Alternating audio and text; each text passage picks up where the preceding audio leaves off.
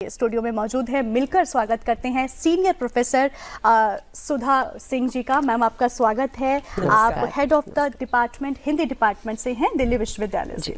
और साथ ही हमारे साथ हैं professor Durgesh Tripathi, dean school of mass communication, IP university. Sir आपका भी बहुत बहुत स्वागत है। प्रोफेसर सुधा जी, आपसे हम चर्चा शुरुआत करेंगे। भारतीय भाषाओं की हम बात कर रहे हैं, सबसे पहले तो यही जानना चाहेंगे कि इसका महत्व क्या है और क्यों इसकी हमें ज़रूरत और कहाँ हमें देखने को मिलती है। देखिए, भाषा का महत्व इंसान के होने के साथ साथ ही है। भाषा का होना इंसान का होना है, मनुष्य की मौजूदगी भाषा है जो उसे अन्य प्राणियों से भी अलग करती है।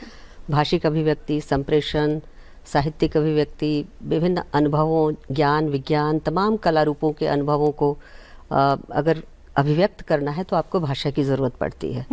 और भाषा एक विकसित संवेदना है।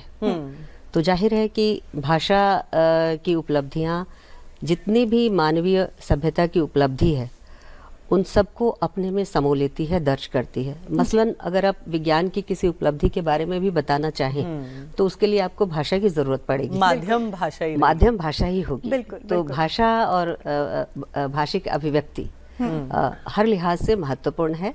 और किसी भी तरह की उपलब्धि को, चाहे वो मैथमेटिकल हो, चाहे वो कंप्यूटर की हो, चाहे वो टेक्नोलॉजी की हो, सबके लिए आपको भाषा की जरूरत पड़ती है। भाषा, हालांकि इन सारे डिसिप्लिन्स की अपनी भाषा होती है, बावजूद इसके सामान्य लोगों को, आम जनता को, साधारण लोगों को व्यवहार करना सिखाने के लिए आपको साधारण लोगों की बोलचाल, भाषा अपनानी होगी और उसी में अभिव्यक्त करना होगा।